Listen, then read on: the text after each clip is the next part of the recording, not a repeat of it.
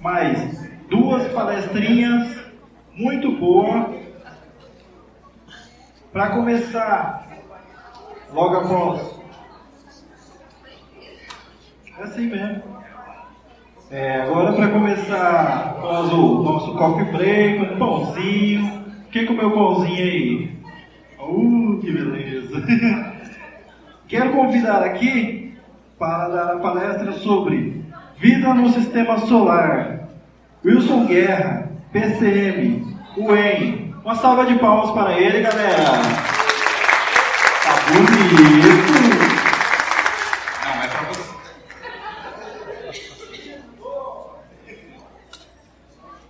Pessoal, boa tarde para todo mundo. Antes de começar, só para dar um alerta, quem acompanhou, quem esteve no EFAST o ano passado, viu uma apresentação minha que pode parecer semelhante a essa. Tá? Era sobre vida em Marte. Tá?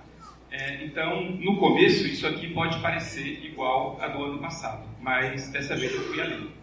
Tá? Bom, toda vez que a gente começa esse assunto de envolvendo vida fora da Terra, vida extraterrestre, a gente tem que começar a fazer algumas diferenciações para não cair em alguns enganos, alguns inocentes ou alguns oportunistas, tá? Mas a gente não pode cair, né? A gente não está falando desse tipo de vida, tá?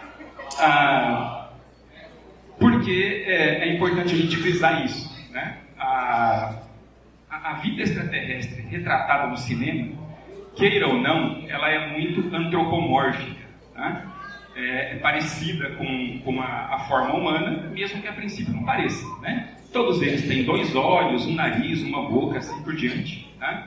E a gente não espera que, se a vida floresceu em outro lugar que não seja a Terra, né, a gente não espera que ela vai ter um resultado necessariamente antropomórfico, passando por milhões ou bilhões de anos de evolução, através de fenômenos totalmente diferentes do nosso, condições diferentes das nossas, né, e eventos diferentes dos nossos. É muito improvável, né, é impossível que isso aconteça. Tá? Então a gente não está falando disso. Né? A gente também não está falando disso. Ou disso aqui, que é a versão da discoteca, mais brilhante, né? E muito menos disso aqui, que Darwin nos protege, mas que eles nunca nos ataquem. Tá? Isso aqui é resultado, é fruto de umas ideias de que nós estaríamos, né, o planeta Terra estaria sendo visitado por naves alienígenas. Tá? Há inúmeros relatos, né, e todos eles carecem de evidência de rigorosidade científica. Tá? Por exemplo, isso aqui é uma foto feita na década de 60, tá? No entorno de Nova York. Alguém viu, né? Achou estranho, fotografou, tá? E imaginou que podia ser aí um disco voador ou algum termo relativo a naves alienígenas. Tá? Mas o que o pessoal não se lembra, às vezes, é que a gente estava na época da Guerra Fria e na época da Guerra Fria a tecnologia militar era o carro-chefe da tecnologia do mundo. A tecnologia espacial era até em segundo lugar, a militar era a primeira. Muitas naves experimentais, né, muitos aviões experimentais foram feitos na época, podem ter certeza que a gente não conheceu muitos e nem vai conhecer. Tá? Então é bem mais provável que isso aqui seja uma coisa assim, do que algo que veio de outro planeta ou de outro sistema. Tá? Às vezes a pessoa visualiza algo estranho no céu, fotografa, de preferência com uma máquina de baixa resolução, né? É sempre assim, tá? Mas pode ser uma sacolinha de mercado voando, eu já vi várias. Né? Tem hipóteses muito mais prováveis do que algo tão distante e inverossímil assim. Né? E é claro que existem as falcatruas. Tá? Isso aqui é um objeto voador não identificado, já atribuído a uma nave espacial, portanto o autor identificou. Né? Temos um problema aí de esquizofrenia, ele diz que não é identificado, mas diz que identificou como nave espacial. Né? Sobrevoando um pasto, tá? E depois de um tempo descobriram a nave no celeiro dele. Então, na verdade, ele montou um Photoshop à mão naquela época. Tá? tem falcatrua também. Né? Eu não vou me alongar nesse tipo de assunto, tá? Porque a edição número 5 da revista Astronova já tratou desse tema. O professor Mário, que está ali, ele escreveu essa matéria, onde ele aponta esse tipo de incongruência. Tá? E eu prefiro não ir nesse assunto por essa vertente, né? Mas eu prefiro fazer uma abordagem científica do problema. Tá? O Dr. Oliver, ele trabalhou no programa SETI. O SETI é um conjunto de radiotelescópios nos Estados Unidos feitos para detectar possível comunicação por ondas de rádio de uma civilização avançada. Né? A gente espera que uma civilização avançada pelo menos domine rádio. Tá?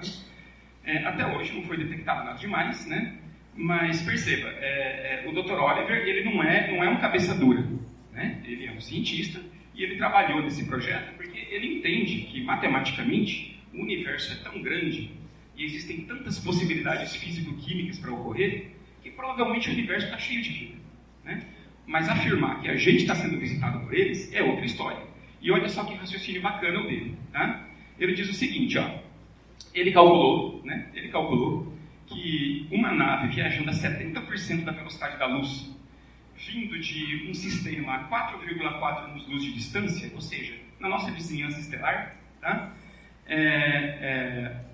Ela gastaria 2,6 vezes 10 elevado a 16 megawatts de potência para poder vir de lá para cá. Tá? E essa viagem duraria 6 anos, mais ou menos, 6 anos. Né?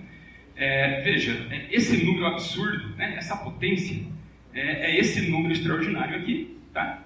2 trilhões e 600 quadrilhões e não sei o quê, né? E ela representa todas as formas de energia que a humanidade já desenvolveu até hoje, inclusive a nuclear, durante 100 mil anos, mas aplicada em 6. Né? Veja que esse cálculo aqui, ele não depende de tecnologia, é resultado das leis da física. Né? Então, o argumento de que eles teriam uma tecnologia avançadíssima para conseguir uma energia tão grande não faz sentido, porque isso aqui, em ordem de grandeza, é equivalente à potência de uma estrela anã vermelha. Né? É mais ou menos de 1 a 2%. Fazendo 50 viagens, eles matariam a estrela. Acho que assistiram Star Wars, o Despertar da Força, porque tinha a estação Starkiller que roubava a energia da estrela. Né? E há outros problemas, né?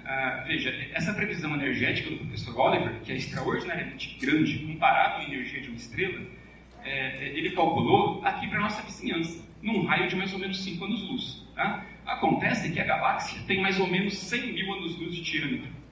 A gente sabe que não tem uma civilização avançada aqui na vizinhança. Se tivesse, os radiotelescópios já teriam detectado sinais codificados.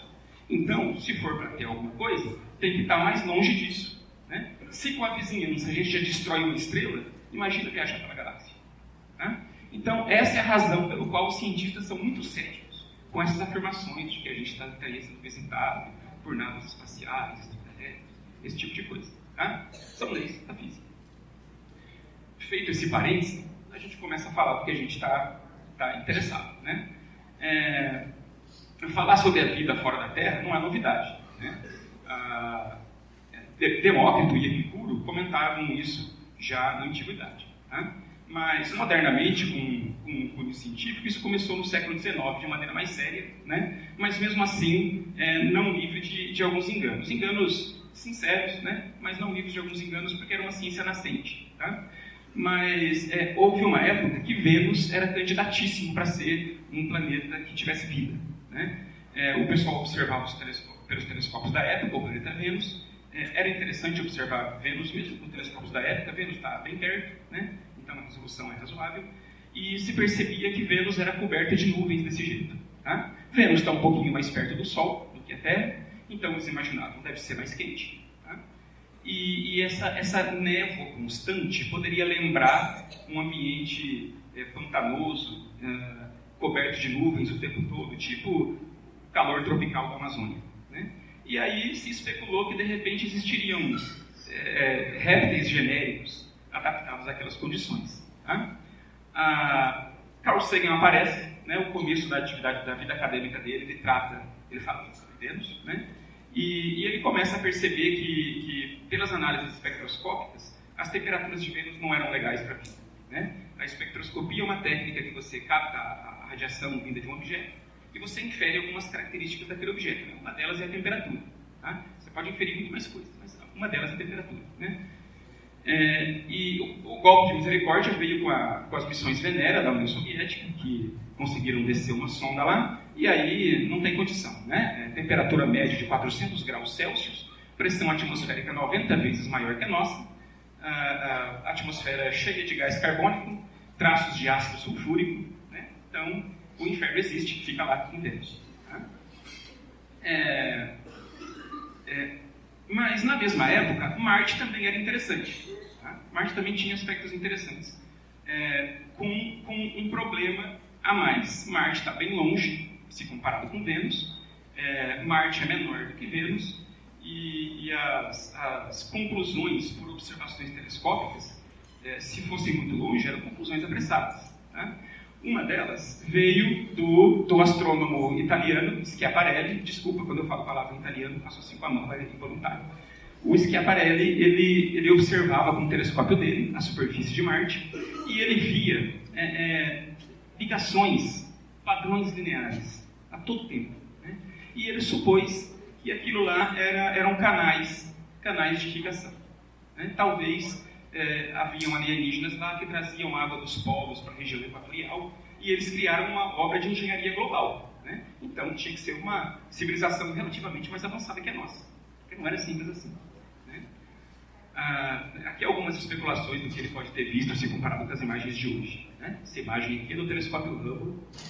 Eu acho que só os telescópios do ESO no Chile que fazem isso em solo com essa qualidade. Tá? Carl Sagan entra de novo nessa história. E ele faz aquele comentário sempre bem-humorado e cientificamente preciso. Né? Ele diz que não há dúvidas que os aspectos geométricos das linhas é devido à inteligência. Né? A questão é de que lado do telescópio está a inteligência. Era daqui. Né? Era a gente que via e se enganava por causa das resoluções baixas para Marte, naquela época, né? e imaginávamos esse tipo de coisa. Tá? Então, não eram canais, eram telescópios ainda não suficientemente desenvolvidos no século XIX, tá? E começo do XX. Né? Mas não acabou por aí. Né? Havia uma especulação de que vegetação cobria a superfície de Marte. Essas manchas escuras aqui, ó, com o tempo, elas pareciam se mover. Então, talvez, eu vou derrubar isso aqui. Então, talvez, as mudanças sazonais de Marte poderiam estar relacionadas. Marte tem um eixo de inclinação em relação à órbita muito parecido com o da Terra. Então, Marte tem estações do ano parecidas com os nossos. Né? E aí se imaginava, de repente, no verão, essas manchas se espalhavam, porque a vegetação florescia. Né? Em outros momentos, essas manchas recolhiam. Poderia ser o inverno, onde a vegetação perecia parcialmente. Né? Poderia ser isso. Tá? E esse pesquisador aqui, o Gabriel Tykov Adrianovich, soviético, do Cazaquistão, ele realizou experimentos muito bem controlados, né, e respeitados, onde ele testava espécimes vegetais nas condições de Marte que se acreditavam na época. Né, e várias delas sobreviviam. Então ele imaginava que uma vegetação genérica tipo essa poderia estar lá. Né. Isso aqui era uma pesquisa tão forte e convincente, né, que muitos pesquisadores corroboravam com isso. Né. Esse é Sir Patrick Moore, ele é inglês, né, ele foi condecorado Sir, né, pela Rainha da Inglaterra. Tá. Ele morreu em 2012, há pouco tempo. Ele está aqui com o gatinho dele chamado Ptolomeu, bem sugestivo. Tá. Alguns preferem dar o nome de Kevin. E, enfim, ele inclusive inspirado nos experimentos do Tykov, né, ele defendia essa tese. Tá? Conforme a gente começou a espécie humana, né, começou a enviar sondas para Marte, percebeu-se que isso aqui era só areia, tá? Areia mais clara, areia mais escura, que soprado por ventos globais podiam mudar de posição e dava a impressão de que era vegetação crescendo ou perecendo. Tá? Inclusive, isso está acontecendo agora. Né? Há algumas semanas atrás, Marte está tendo uma tempestade global. Tá? Ó, isso aqui é Marte há uns meses atrás, isso aqui é Marte há algumas semanas atrás. Olha como cobriu tudo. A sonda Mars Express da Europa pegou isso bem. Tá? você olhar no site da Agência Espacial Europeia, tem fotos extraordinárias. Né? Então, Marte está passando por tempestade global agora. Deve estar começando a acabar. Né? Então, era só isso. Era só areia clara, areia escura, movida pelo vento. Né? Então, veja, qual era o problema ali? Por que o pessoal, pesquisador tão sério, né, errou tanto? Né? Em primeiro lugar, que ciência é feita assim mesmo, de tentativa. Ninguém é mágico, ninguém aprende por revelação. Né? Mas talvez a questão fosse que a espécie humana não se perguntou que tipo de vida que a gente está procurando. Então seria melhor discutir a vida primeiro, para depois a gente procurar com um foco melhor. Né? E aí se prever de alguns enganos e alguns equívocos. Né? Então começamos do básico. O que é vida? Quando eu fiz a especialização de astrobiologia lá na UEL, eu tive um professor de biologia, ele me deu a disciplina de evolução humana, era um dos coordenadores do curso, o professor Rogério, e ele dizia que na própria biologia o conceito de vida não está totalmente fechado. Né? Tinha uns 4 ou 5 conceitos bons, cada um explicava bem um certo domínio, né? Alguns eram bons para explicar a vida pluricelular sexuada, né? Outros eram bons para explicar micro-organismos, outros os fungos, né? E esse conjunto explica bem a vida na Terra, né? Mais ou menos assim. Né? Mas esse bioquímico, Gerald Joyce, ele trabalha na NASA, no Instituto de Astrobiologia, e ele tem uma definição muito interessante de vida, que ficou conhecido como uma definição de vida da NASA. Né? Ele diz que a vida é um sistema químico autossustentado capaz de sofrer a evolução darwiniana. Né? Olha que síntese bonita. Ela consegue diferenciar um monte de coisas que não é vida. O fogo, né? O fogo, ele é um sistema químico autossustentado. Né? Ele consome recursos para produzir energia. Né? Mas o fogo não sofre evolução darwiniana. O fogo era assim no passado, é assim hoje e vai ser assim sempre. O fogo não é vida. Né? Então, essa definição é muito sintética, muito boa. Bom, e como que esse sistema alquímico autossustentado, capaz de sofrer evolução darwiniana, vai se estruturar? Né? A gente precisaria, em primeiro lugar, de um compartimento. Né? Um compartimento para separar o de dentro com o de fora. Né? Eu tenho quantidades químicas aqui dentro que são diferentes daqui de fora. Se fossem iguais, eu estaria dissolvido. Né? E não precisamos ter guerra infinita de novo. Né? Não precisa dissolver. A gente precisa de uma maquinaria que gere energia. Né? A gente precisa de um metabolismo, de reações químicas que forneçam a estruturação química e física da construção do próprio ser vivo. Né? E a gente precisa de informação, a gente precisa de alguma coisa que ensine a construir tudo isso. Tá? Aí vocês olham essa estrutura aqui e vocês falam, poxa, isso é uma célula. Né? A membrana, o metabolismo celular e o DNA. Aí vocês pensam, poxa, mas isso é muito ruim, eu estou querendo falar de vida alienígena, estou falando de vida na Terra. Né? Acontece que a gente precisa de uma referência. A gente não pode ficar sem referência, porque se a gente não tiver referência, a gente imagina qualquer coisa, inclusive o que não existe. Então é necessário ter um ponto de partida. E se no futuro a gente descobrir alguma forma de vida que não está aqui, a gente vai poder estabelecer semelhanças, estabelecer diferenças, e aí começar a compreender a vida num sentido mais universal. Mas primeiro a gente tem que ter uma referência. E a referência é a vida na Terra. Não necessariamente a vida humana, mas a vida na Terra. Tá?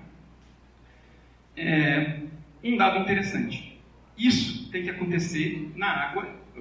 Isso tem que acontecer na água líquida. Né? A água líquida aqui na Terra fornece um meio reacional adequado do metabolismo. Tá? E isso é muito importante. Isso é muito importante. Siga a água para encontrar vida. Siga a água. Veja, a partir do século XX, então, principalmente depois do fim da guerra, né, muitos avanços aconteceram, né, e começaram a consolidar ou a dar suporte tanto referencial teórico como de evidências para a construção de uma ciência da vida do universo. Né. Em primeiro lugar, a astronáutica, né, com essas missões que se espalharam pelo sistema solar, né, para Marte, para a Europa, Ganímedes, que são luas de Júpiter, né, para Titã, que é o Saturno, assim por diante, né, nos quais as sondas marcianas têm um papel fundamental, onde a NASA tem um domínio inconteste, né, aqui os americanos nadaram de braçada e nadam de braçada até hoje em Marte. Tá? E um outro ponto muito interessante, que a partir da década de 70, 60 ou 70 mais ou menos, foram descobertos alguns grupos de seres vivos, geralmente microscópicos, né, chamados extremófilos. O nome já diz, né, extremófilo, que gosta do extremo. Eles vivem em ambientes tão radicais que nós não teríamos chances nenhuma de sobreviver. Tá? Então, existem organismos termófilos que suportam muito calor. Né? No Parque Yellowstone, no norte dos Estados Unidos, fronteira com o Canadá, existem esses geysers, né, que são aquelas fontes hidrotermais de superfície, tá? E essa água ela sai dali para ferver, 97, 98 graus. Tá? E olha o que se encontra lá dentro. Seres que vivem a 97, 98 graus Celsius. E eles vivem muito bem ali. Se você tirar uma amostra deles e colocar na água de temperatura ambiente, eles já metabolizam menos, eles reproduzem menos. Então, o ambiente ideal dele é justamente um ambiente extremo de calor. Tá? Existe o ponto oposto, são os psicrófilos, que é aqueles que vivem no frio. Né? Existem bases de pesquisa na Antártica que perfuram cilindros de gelo e aí tiram aquelas amostras para análise. Né? E no meio daquele gelo, né, temperaturas extremamente negativas, tá? Existem micro-organismos que por alguma alteração salina no seu entorno mantêm água líquida e sobrevivem. Tá? Então, são organismos que vivem em ambiente muito frio, psicrófilos. Então, existem também os halófilos, né, que suportam ambiente de muito sal, né, muito salgado. Os acidófilos e alcalidófilos, que são ambientes muito ácidos ou muito alcalinos. Né, os barófilos, que suportam muita pressão. Os radiófilos, que suportam muita radiação. Né, os xerófilos, que suportam ambientes secos. No deserto do Atacama, onde está construído os telescópios do ESO, existem micro-organismos que vivem ali cristalizados, porque aquele é um dos ambientes mais secos do mundo. Pode passar anos sem chover, às vezes décadas. Quando chove por um dia ou uma semana, eles florescem, começam a metabolizar, reproduzem o máximo que podem, e quando a chuva acaba, eles se cristalizam de novo, esperando a chuva na próxima década. Né? Olha que tipo de resistência. Tá? Esses são os xerófilos. Né? E normalmente, esses organismos, eles são, na verdade, poliextremófilos. Eles suportam várias extremofilias ao mesmo tempo. Por exemplo, normalmente quem é radiófilo, quem suporta muita radiação, também é termófilo. Né? Está tentando se entender ainda como é que é esse mecanismo. Tá? Mas, geralmente, ele é mais de uma coisa ao mesmo tempo. Tá? Esse tema é interessante porque aqui são algumas amostras, né? Ó, um radiófilo e aqui um barófilo, que suporta muita pressão, impacto. Tá? Então, esse assunto é interessante porque a descoberta desses micro-organismos mostraram para a gente que talvez a vida não seja tão sensível como a gente pensava. E talvez ela pode existir em outros pontos do universo que não precisam ser tão parecidos com o nosso. Né? Só uma curiosidade, se você observar a árvore filogenética da vida nos 3 grandes domínios, né, bactéria, arqueia e eucária, a gente encontra muito termófilo aqui na raiz. Então, isso sugere que talvez a origem da vida na Terra foi de organismos termófilos, né, que suportavam muita temperatura. De certa forma faz sentido, isso aqui já foi muito quente. Né? Tá? Mas isso é objeto de pesquisa ainda. Tá? Só uma curiosidade. Bom, tudo isso então consolidou uma nova ciência que foi configurada a partir da década de 90, mais ou menos. As agências espaciais de todo mundo, né, adotaram essa terminologia, tá? E deram uma definição. Né? Astrobiologia é o estudo da origem, da evolução e da distribuição e futuro da vida na Terra e no universo. Né? A Terra é a nossa referência, né? E o universo a gente extrapola. Tá? Bom, eu já começo a falar sobre Marte aqui, porque Marte, esse tema, chega com o pé na porta. Né? E há muitas razões para isso. Tá? Uma delas é porque está perto. Então a pesquisa é relativamente rápida. As sondas automáticas que são enviadas da Terra para Marte levam de 6 a 8 meses para chegar lá, é pouco tempo. Né? Melhor do que mandar para Júpiter, que são 5, 6 anos. Né? Mas veja bem, em astrobiologia, a gente trabalha com um conceito chamado zona habitável, né? Ou zona de habitabilidade. A gente conversou que a água líquida é um meio reacional adequado para o metabolismo celular. Né? Então, é interessante que o planeta suporte a água líquida. Né? Se o planeta estiver muito próximo da sua estrela, ele pode ficar muito quente. Ultrapassa 100 graus, a água evapora. Né? Se o planeta está muito afastado da sua estrela, ele fica muito frio, a temperatura é menor que 0 graus Celsius, a água congela. Né? Então tem um intervalozinho. Né? Esse intervalo entre 0 e 100 graus é o intervalo que a gente chama de zona habitável estelar. Né? Um planeta ele é dito potencialmente habitável se ele está nessa região e se ele é rochoso, né? Porque a gente espera que o planeta tenha que ter uma superfície firme para a vida poder se fixar. Né? É por isso que a gente não leva em conta planetas gasosos como sendo planetas habitáveis. Eles não têm superfície definida, então é difícil trabalhar com esse conceito. Tá? Bom, a Terra, obviamente, né, está na zona habitável, nós estamos aqui, tudo bem. Né? E veja, existe uma equaçãozinha aqui, ela é bem preliminar, mas é muito interessante para determinar as distâncias em função da temperatura média do planeta. Tá? Não se assustem com a equação, tá? Isso aqui é o fluxo de energia da estrela, no caso do Sol. Né? Esse A aqui se chama albedo, é o brilho do planeta, é a taxa de quanto ele reflete de luz do Sol pelo quanto ele recebeu. Tá? Um percentualzinho. Tá? Aqui são constantes, né, da termodinâmica e tal. Tá? Então, veja, se você coloca a distância, a temperatura de 0 graus Celsius, né, você obtém esse ponto aqui para a Terra, né, o ponto de congelamento. Né? Se você coloca 100, você obtém esse ponto aqui. Tá? Então, essa é a zona habitável da Terra. Tá? E, obviamente, a Terra está no meio. Né? Eu tentei fazer esse cálculo para Marte. Né? Então, eu apliquei o albedo de Marte aqui, que é mais ou menos 11%. Consultei a literatura lá. Tá? E Marte deu isso aqui. Né? Então, esse ponto aqui seria o ponto onde seria muito gelado e a água de Marte congelaria. Né? E esse ponto seria onde a temperatura de Marte seria muito quente, 100 graus, e a água evaporaria. Tá? Então, essa seria a zona habitável de Marte. E olha onde Marte está. Está no meio. Então, olha que interessante. Marte parece ser potencialmente habitável, por essa definição. Tá? Mas isso tem que ser pormenorizado. Tá? A gente tem as temperaturas efetivas de Marte, porque já existem várias sondas lá. Né? E a temperatura efetiva de Marte é muito ruim, é de 50 graus negativos, a média. Né? Mas, de qualquer forma, isso mostra como que Marte vive na fronteira. Né? E isso, por si só, já é muito interessante, do ponto de vista astrobiológico. Tá? Se o tema é água, então Marte, novamente, dá um show. Né? Marte tem muitas evidências de que havia muita água no passado. Né? Então, olha, isso aqui é uma foto do Rio Nilo, tá? Aqui na Terra. Né? Isso aqui é uma foto de uma imagem de Titã, que é uma lua de Saturno. Titã tem rios aqui circulando, mas não são rios de água, são rios de metano e etano líquidos. Tá? E olha só, essa foto aqui é de Marte. E essas marcas são marcas de leitos, né? Leitos de rio seco. É muito parecido. Muito parecido. Tá? Olha essa foto, se eu não me engano, da sonda Mars Express da Europa. Olha aqui, marcas definidíssimas de leitos de rio. São compatíveis com a água escorrendo, com a viscosidade da água, assim por diante. Tá?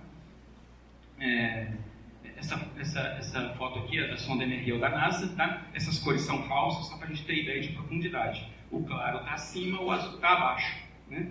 Mas a gente percebe a marcação de escavação de água corrente. Tá? Mas agora está seco. Né? Sistemas inteiros de leitos de rios secos espalhados pela superfície de Marte. Está em todo lugar. Né? Esse robozinho aqui, né, foram mandados 2 deles para Marte, pela NASA, o Spirit e o Opportunity. Se eu não me engano, o Opportunity está funcionando ainda hoje. Quer dizer, não sei agora com a tempestade solar. Acho que já era, né? Parece que já era. Mas olha só que interessante. Ele enviou essa foto aqui. Isso aqui são bolinhas de hematita. Hematita é um mineral que contém muito ferro, né? E ele surge preferencialmente na água. Tá? Em leito de rio seco aqui na Terra, é igualzinho. E olha isso aqui. Cheio de bolinha de hematita. Cheio de bolinha. Igual na Terra. Igual rio seco na Terra. Só para a gente ter noção do tamanho, né? Esse é o Curiosity, o robô da NASA que está hoje, né, o chip que está lá hoje, funcionando com uma bateria nuclear, funcionar por 50, 100 anos, mais ou menos, eu acredito. Né? E em 2015, ele fez uma análise mineralógica nessa região, próximo do Monte Sharp. Aqui, né? Ele é um robô de análise preferencialmente geológica, né? E a análise concluiu que isso aqui tem uma mineralogia hidrológica.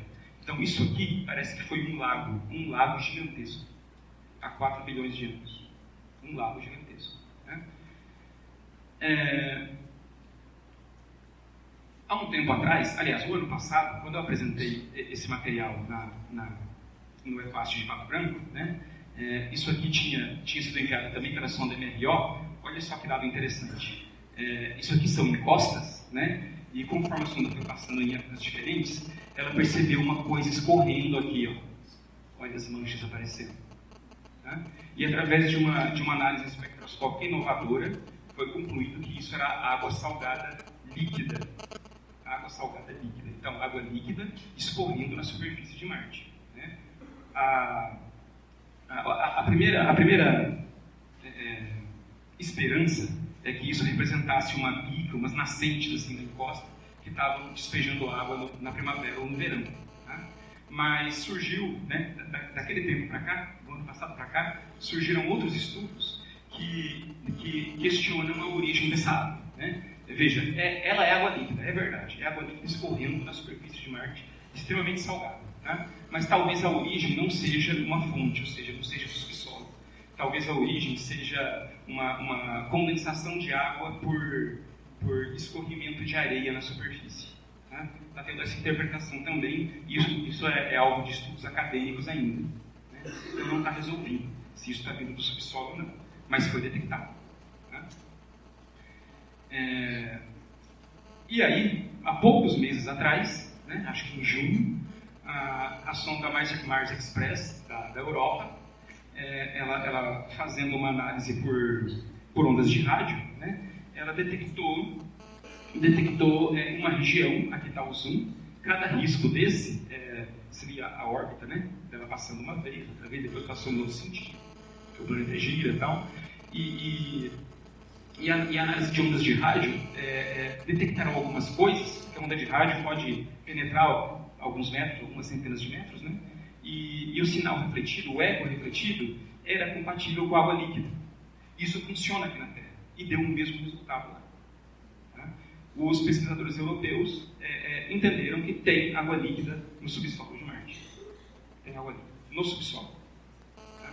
Essa análise, segundo eles, é em conteste. De junho agora. Tudo isso faz a gente entender, né, segundo essa simulação aqui que eu peguei isso, lá do Observatório Sul Europeu, que Marte no passado teve muita água. Né? E uma das simulações é essa. Muita água, principalmente no hemisfério norte. Praticamente metade do planeta foi coberto por um oceano há 4 bilhões de anos atrás. Né? Há 4 bilhões.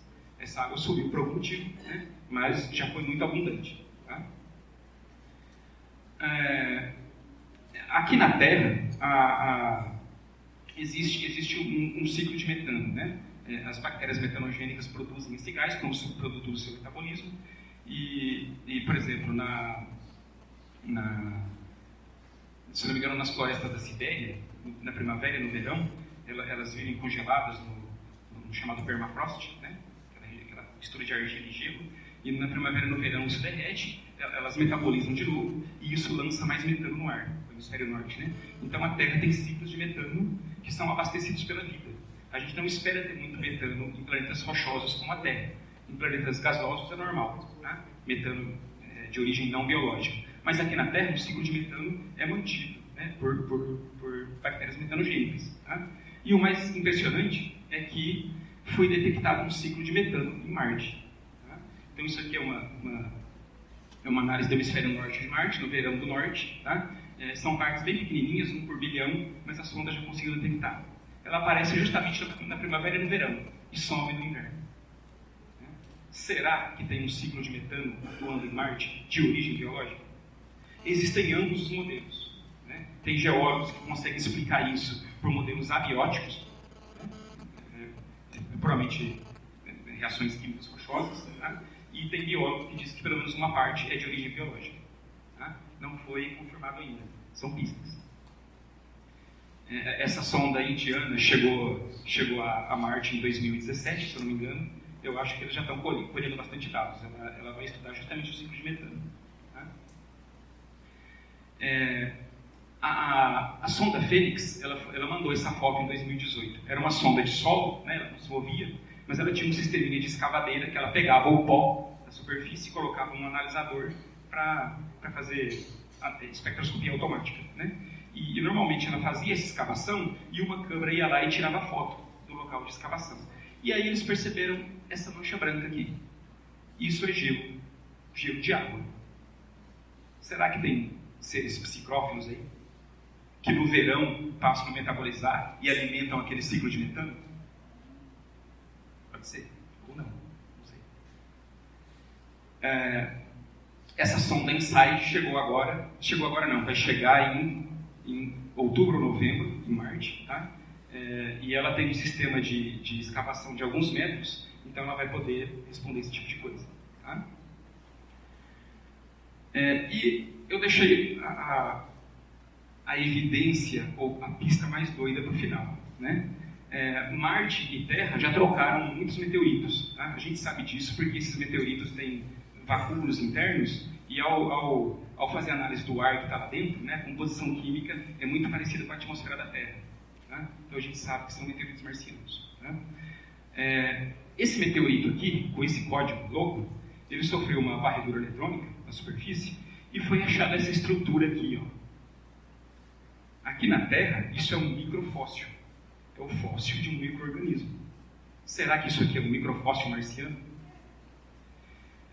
Em 92, teve um workshop de astrobiologia em Moscou e esse pesquisador aqui, o Mukin, ele fez uma análise de carbono 14 naquela região e ele percebeu que os percentuais de carbono 14 ali eram parecidos com o que a gente espera aqui para a vida. Né?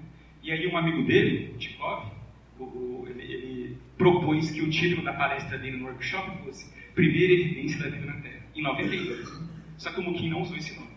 Tá? Ele resolveu ficar com o pé atrás. Né? Existem bioquímicos, geoquímicos, que acreditam que essa estrutura também pode surgir de maneira abiótica. Né? Então essa questão não está resolvida, até hoje. Não está resolvida. Mas imagine um barulho. Né? Para dormir com um barulho desse. Tá? Então, veja, tudo isso em Marte. Tá? Tudo isso em Marte. Não é à toa que Marte é objeto de pesquisa de tanto interesse de agentes espaciais do mundo inteiro, principalmente da NASA. Tá? Por isso. Né? Veja, a gente chutou Vênus lá atrás por causa das temperaturas horríveis. Né? Bem péssimas mesmo. Tá? Mas algumas coisas estão vindo mais recentemente. Né? Já foi medido isso, nas primeiras sondas que chegaram lá, que a mais ou menos 50 km de altura, as temperaturas das nuvens superiores de Vênus, elas ficam amenas, entre 30 e 70 graus Celsius. Tá? E a pressão atmosférica nessa região é parecida com a da Terra, entre 1 e 1,2 atmosferas terrestres. Né? Então, existe uma hipótese de que micro-organismos podiam viver boiando nessa região da atmosfera. Tá? Isso existe aqui na Terra, né? Isso existe e talvez poderia existir lá. Né? Existem projetos da Agência Espacial Europeia e da NASA de enviar balões, né, que possam verificar aquelas regiões. Né? Esses projetos são, obviamente, inspirados na missão Venera soviética, na missão Vega, que na década de 80, se não me engano, jogou um balão lá. Né? Mas naquela época era para medir só variáveis físicas. Né? Agora a gente pode fazer uma análise mais pormenor. Tá? E provavelmente em 2025, por aí, a Rússia deve lançar uma sonda chamada Venera D, que vai estudar inclusive esse aspecto. Tá? Indo mais além, a gente começa a observar que a dimensão da vida fora da Terra no sistema solar é maior do que a gente pensava. Tá? Isso aqui é a Europa, é uma lua de Júpiter. Tá? Ela é mais ou menos o tamanho da nossa lua, né? E ela é coberta por gelo, tá? onde no seu interior a gente sabe que existe água líquida e salgada, né? Já nas missões Voyager e depois na missão Galileu, né, década de 80 e 90, quando a sonda passava pelo campo magnético gerado por Júpiter, próximo de Europa, eles detectaram uma distorção que é parecido com a distorção de campo magnético que a água líquida salgada provocaria. Né? Você joga no simulador e ele dá a mesma coisa. Tá? Então já se desconfiava que teria muita água líquida embaixo dessa crosta. Né?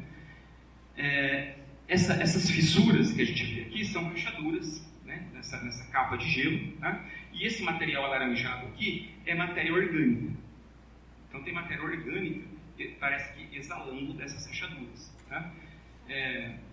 Uma análise mais recente mostra que na verdade está acontecendo uma química prebiótica ali. Né? Sai algum material do interior e ao receber radiação ionizante de fora, né, algumas reações químicas podem acontecer e alguma matéria orgânica um pouco mais complexa pode ser sintetizada.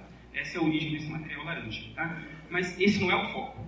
O foco é que aqui embaixo deve ter muita atividade geotermal. Tá? Aqui na Terra, no nosso ar oceânico, existem seres vivos que estão metabolizando tranquilamente ao redor dessas fontes geotermais, usando a energia desse calor, porque isso vem da atividade geológica interna da Terra. Né? Dizem que, os biólogos dizem, né, que se o Sol apagasse da noite para o dia, esses caras aqui não iam ver a menor diferença. Eles não dependem da energia do Sol. A vida deles é da energia geotérmica. Nós morreríamos em alguns dias, porque isso aqui é virar gelo. Tá? Eles iam continuar muito bem. Tá? A Lua Europa está sofrendo a todo momento pressões gravitacionais gigantescas de Júpiter. Então, é muito provável que haja uma atividade geológica interna muito grande. Né? Então, quem sabe lá no fundo esteja fervilhando de vida desse tipo. É totalmente possível. O ideal é não um submarino. Né? Há intenções para isso. Não há dinheiro, mas há intenções. Tá? Em Saturno foi visto algo muito parecido. Né? Até então, essa lua chamada Encélado, sabia-se que era uma lua gelada, sabia-se que havia gelo de água, né? mas recentemente a sonda Cassini, que acabou há pouco tempo, né? A missão Cassini, ela identificou essas plumas de água e gelo sendo expelidas da superfície. Tá? Hoje até se entende o mecanismo. Tá? E a espectroscopia recente desse material detectou matéria orgânica. Matéria orgânica expelida das plumas. Tá? O mecanismo parece ser esse. Essa matéria orgânica ela vem da parte inferior e na parte superior ela forma bolhas com películas orgânicas e aí são expelidas para fora junto com as plumas. Tá? Essa matéria orgânica veio lá de baixo. Então está havendo uma química prebiótica lá embaixo. Química prebiótica é a química que antecede a vida, que dá a matéria química necessária que a vida usa hoje para o seu metabolismo. Né? Então parece que isso existe lá. Tá?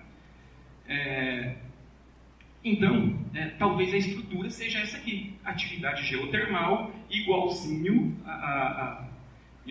Europa, né? E expelindo as evidências de matéria orgânica para cima.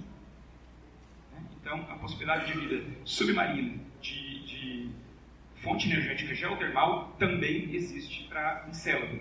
E a sua origem é a mesma. A interação gravitacional de Encélado com o Saturno, que é um planeta grande, provoca puxões gravitacionais em toda a sua estrutura geológica e dá essa energia térmica para ela. Tá? Então, é um sistema ativo. É um sistema ativo. Tá? Aqui, a gente vai para um papo um pouquinho mais especulativo. Né? A gente conversou que a água é fundamental, né, para a vida na Terra. Né? Mas há outra coisa fundamental para a vida na Terra. É o carbono. Nós somos carbonos vivos. Né? O carbono é um átomo, corrijam os químicos, que tem uma versatilidade muito grande. Né? O carbono faz muitas ligações, então ele permite dar uma diversidade química muito grande para a vida. Não é à toa que a gente é feito de carbono. Tá? Não é à toa. Né? Mas existem alguns pesquisadores que pensam o seguinte: olha, se eu for no próximo elemento abaixo da tabela periódica, abaixo do carbono, eu tenho silício, que também tem 4 ligações, né? e também poderia realizar uma diversidade química grande. Né? Será que pode existir uma vida à base de silício? Existem críticos ferozes a essa possibilidade. Né? Em primeiro lugar, o silício é um átomo maior, bem maior que o carbono, então ele exigiria mais energia para poder criar essa variedade química. Numa espécie de darwinismo químico entre o carbono e o silício, o carbono ganha fácil. Né? Mas são especulações interessantes. Tá? Veja, já foi proposta, e isso foi testado em laboratório, tá? E funciona, uma química prebiótica à base de silício. Tá? Cadeias moleculares relativamente complexas, mas tendo silício no seu centro e não carbono. Tá? São experimentos pontuais de laboratório. Certo? Me desculpa, perdi a noção do tempo. Ok, obrigado. Ótimo, é isso, vou falar até anoitecer. Nós também falamos que a água é um meio reacional adequado para a vida. Né? Mas podem haver outros.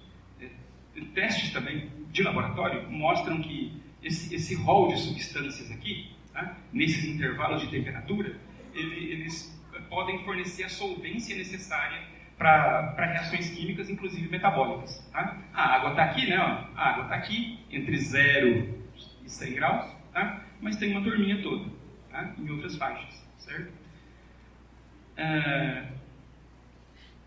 Olha só, uma pequena evolução química à base de água, à base de amônia e à base de ácido sulfúrico. A gente falou que nas nuvens de Vênus tem muito ácido sulfúrico.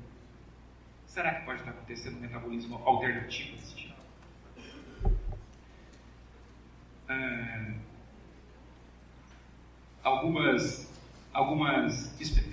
Alguns exemplares de química vinda de uma vida à base de água e talvez uma vida à base de amônia. O líquido não seria água, seria amônia. Bom, aí vem um negócio muito interessante. Existe uma lua de Saturno chamada Titã. Né? Titã é uma lua única, eu acredito, né? Uma lua única. Ela tem uma atmosfera muito densa, o dobro da atmosfera da Terra, tá? Coberta de hidrocarbonetos. Lá chove gasolina, por simplicidade. Né? Existem lagos de metano e etano líquidos em Titã. Né? Para ver mais sobre isso, peguem a revista Astronova, verifiquem uma matéria do Rafael, ele falou sobre a química de Titã. Tá? Isso aqui são imagens de radar feito pela sonda Cassini, né? Mostrando as variedades da superfície de Titã. Carl Sagan já tinha previsto isso. Né? Então existem lagos e rios e oceanos de metano e etano líquidos com blocos de hidrocarbonetos congelados boiando, ilhas de hidrocarbonetos. É um lugar exótico e aparentemente único aqui no sistema solar. Né? Isso aqui é uma foto de radar passando pelas nuvens, né? Porque se você olhar no óptico, você só vê isso aqui, tá? Muito denso. Né? Mas por radar você pega oceanos, lagos gigantes e assim por diante. Não de água, tá? Mas de etano e metano líquidos. Né? Pois bem, isso aqui é um oceano gigantesco próximo do Polo Norte de Titã, tá? Feito pela sonda Cassini, de etano líquido. Né? Etano líquido. O etano líquido, ele parece ser interessante como solvente para reações prebióticas ou para metabolismos alternativos entre essas temperaturas aqui, menos 100 e quase menos 200. Exatamente as temperaturas de Titã. São temperaturas muito negativas. Então, o etano líquido lá tem essas condições. Exatamente essas condições. Uma vida baseada em amônia, por exemplo, né, ela se daria bem na ausência de oxigênio, porque o oxigênio quebraria rapidamente as moléculas. Tá? E um pouquinho de mistura de água com amônia permite síntese de proteínas. Isso já foi testado no laboratório. Tá? Titã em ambiente livre de oxigênio. Exatamente essa eficiência. E o mais interessante é que, se a gente for falar de uma vida baseada em metano, que usa metano como fonte de energia metabólica, né, é possível simular ou realizar passos de experimentos controlados, né, em laboratório, a partir do etano, obtendo energia e liberando metano como produto final. Tá? Análises recentes da sonda Cassini mostraram que a concentração de etano na superfície é um pouco menor que a prevista e a concentração de metano é um pouquinho maior. Ou seja, será que está tendo consumo de etano e a produção de metano como produto? Quem está fazendo isso? Será que seria vida alternativa? Esses dados são recentes, né? E estão inspirando novas linhas de pesquisa. Né? Repetindo, isso aqui é muito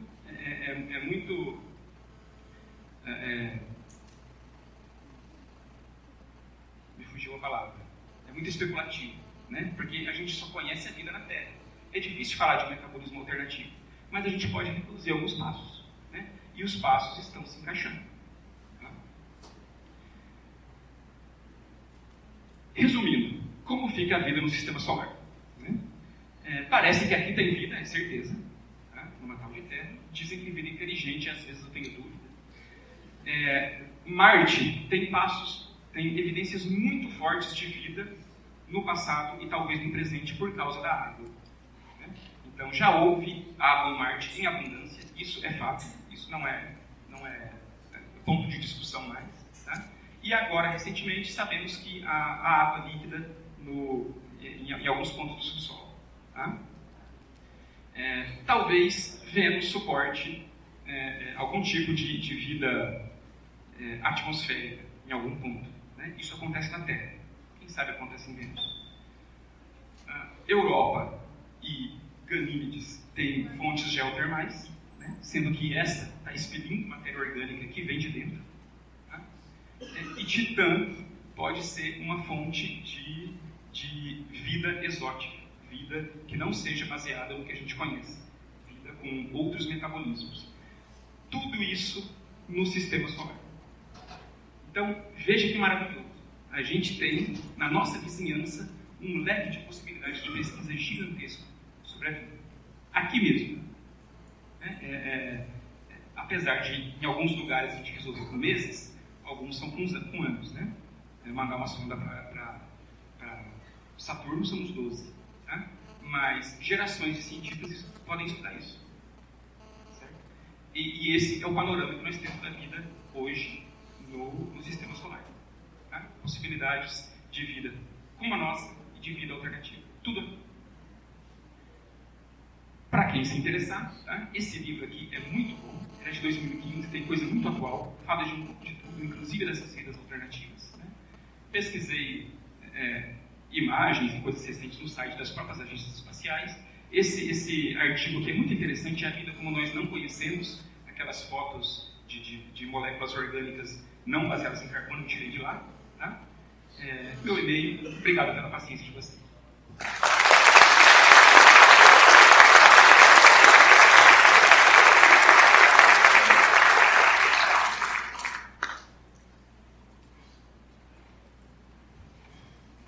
Muito obrigado, senhor. Belíssima palestra. Então vamos lá, cadê o meu? Aqui.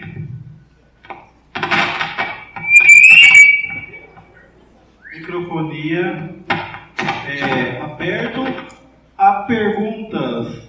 Levantem a mão e o microfone irá até você. Ali, já temos um. Leva ali, então, por favor.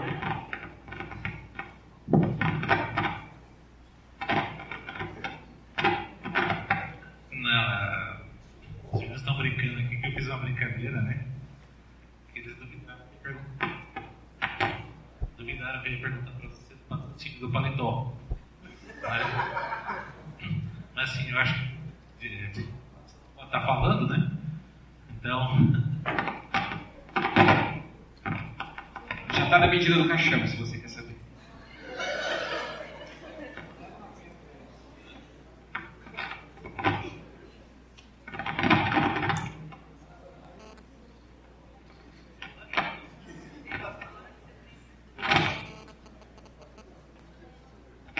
Mais alguma dúvida, pessoal? Opa. Lá em cima.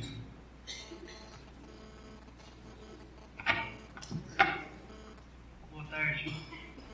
Qual que é a proposta do mundo inteiro em relação a essa, não sei se a gente pode chamar de corrida espacial, mas dessa busca, e como que o Brasil se posiciona nessa questão?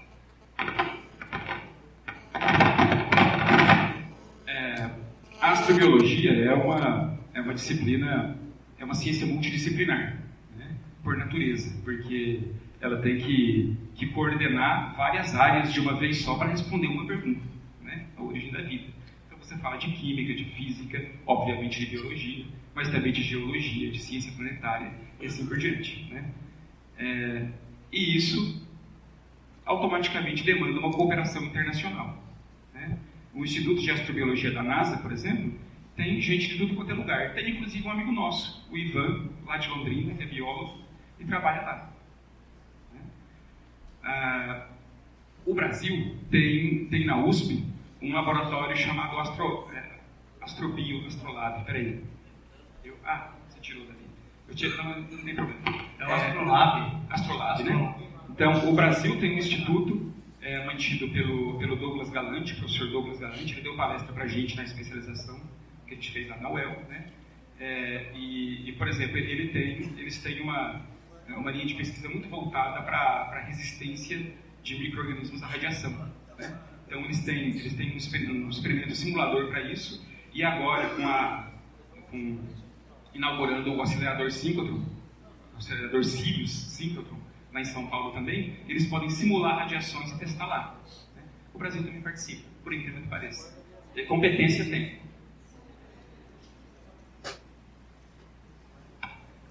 Mais alguma dúvida, pessoal? Opa!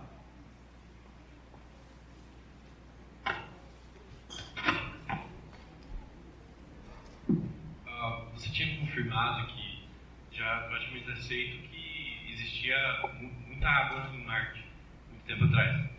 E não sabemos por que hoje não tem. Você tem alguma teoria ou hipótese? Tipo, existe alguma teoria ou hipótese por que aconteceu, por ter subido? Sim, é quase certo que isso está ligado com o fim do campo magnético de Marte. Veja só, a Terra tem um campo magnético, né, um campo geomagnético que gera as auroras, né, lá nos polos e tal. Esse campo magnético, ele desacelera radiação cósmica, principalmente radiação do Sol, de tempestade solar, né, que se não existisse, essas partículas solares iriam varrer a atmosfera para fora. Tá? Marte é menor que a Terra, então o dínamo interno de Marte já deve ter se esfriado, que é o que mantém o campo magnético. E aí Marte ficou sem esse escudo protetor. Tá? A radiação do Sol foi soprando a atmosfera de Marte para fora, né? E isso teve uma consequência na evaporação da água. A gente diz que a água evapora a 100 graus, né? Mas evapora a 100 graus aqui na pressão da superfície da Terra. Tá? Se a gente diminui a pressão a zero, a água evapora a menos de 36. Então isso parece que aconteceu lá, né? Ficou sem atmosfera, a temperatura de ebulição reduziu muito, a água evaporou e foi embora. Né? Mas ela pode ter ido embora por dois lados, né? Para fora, por esse processo, e para dentro do subsolo. A análise da Mars Express parece que mostrou isso. Quem sabe existe algum resquício de vida, né, nessa água subterrânea. Tá? Mas o sumiço foi isso, foi o fim do campo magnético de Marte. Opa, mais uma questão ali. E aqui, ninguém quer perguntar nada? Não, é só desse lado. Eu vou entrar num assunto meio polêmico com o pessoal da área aqui, mas é só para constar, né, fazer uma nós temos na Bíblia que diz que veio do pó e do pó retornará. Eu acho algo muito inteligente para um povo de 5.000 anos atrás, alguém ter colocado que, muito claro que a nossa composição física é a mesma composição de qualquer coisa que tenha no nosso planeta. Então, daí que o nosso corpo físico, a vida é gerada da própria Terra, do planeta, da própria composição do planeta. E pela primeira vez eu vejo alguém colocar o fato da existência da vida até mesmo sem a questão da água. Tá? Eu achei isso bem interessante. Então, sendo assim, a vida num outro planeta a vida não viria daquele próprio planeta, da mesma composição do planeta como é aqui? E se iniciou no planeta não existir água, a vida lá pode vir sem a presença da água? Conseguir ser claro? Essas são as especulações da vida alternativa, né? Como a gente não tem um exemplo de vida além dessa, baseada na água e no carbono, a gente ainda está num ponto especulativo, né? Então isso é linha de pesquisa muito especulativa, é verdade, né? A gente só reproduz passos dessa bioquímica, né? Então um experimentozinho aqui e ali, olha, saiu uma proteína, olha, saiu alguma coisa, né? Mas é uma questão totalmente em aberto, né? O que era o ideal? Era mandar um biólogo para Titã. Isso é o ideal. Até mesmo num planeta onde a sua massa seja gasosa, por exemplo? Essa possibilidade é mais remota. Isso. Mas se a vida ela é gerada da própria matéria do planeta. Então, a vida, ela é a matéria propícia para isso. Então, alguns habitats cósmicos podem não ser. Por exemplo, a Lua não tem a mínima chance.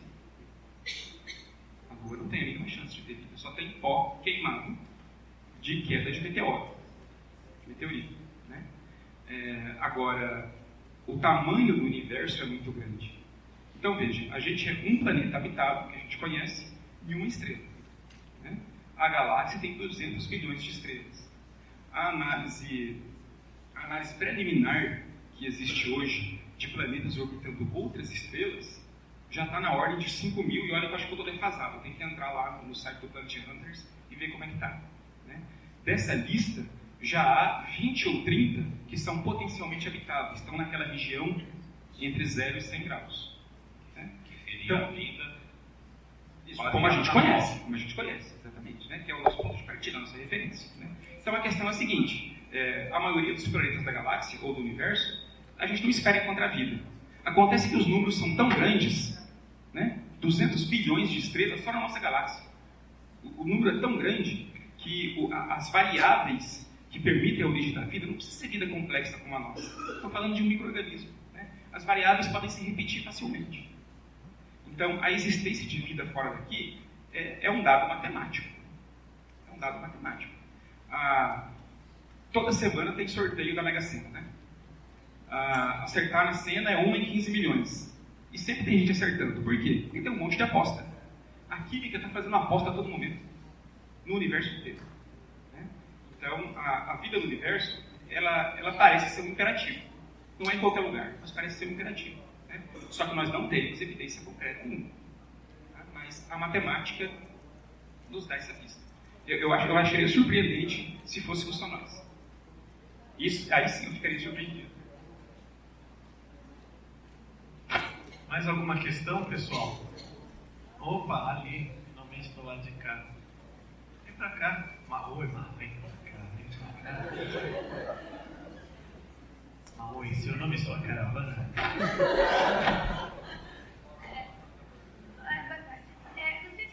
Você tinha falado que houve troca de meteoritos entre a Terra e Marte, né? Seria possível que tenha havido troca também de seres primitivos? Essa é a sacada dos extremófilos.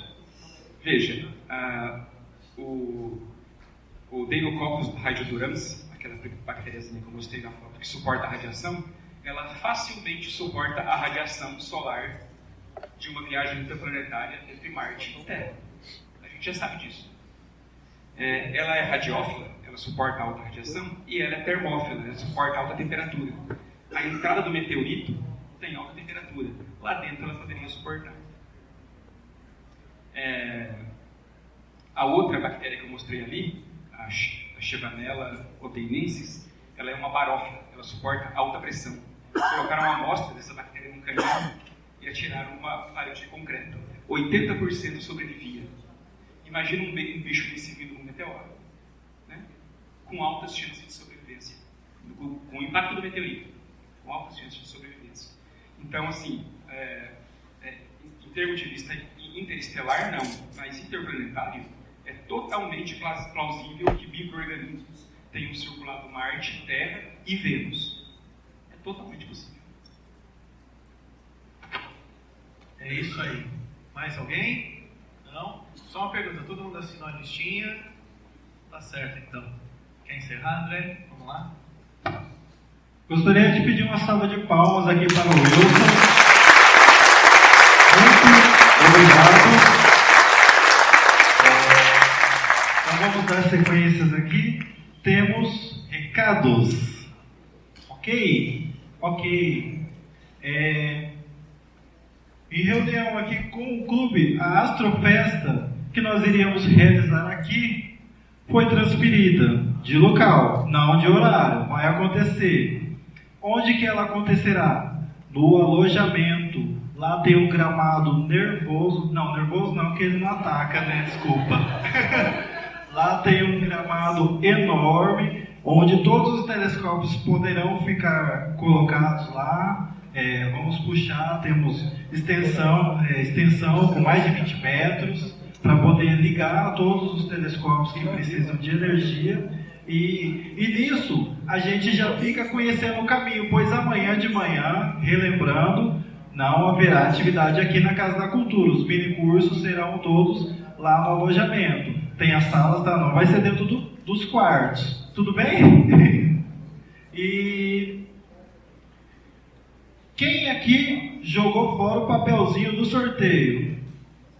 Jogou,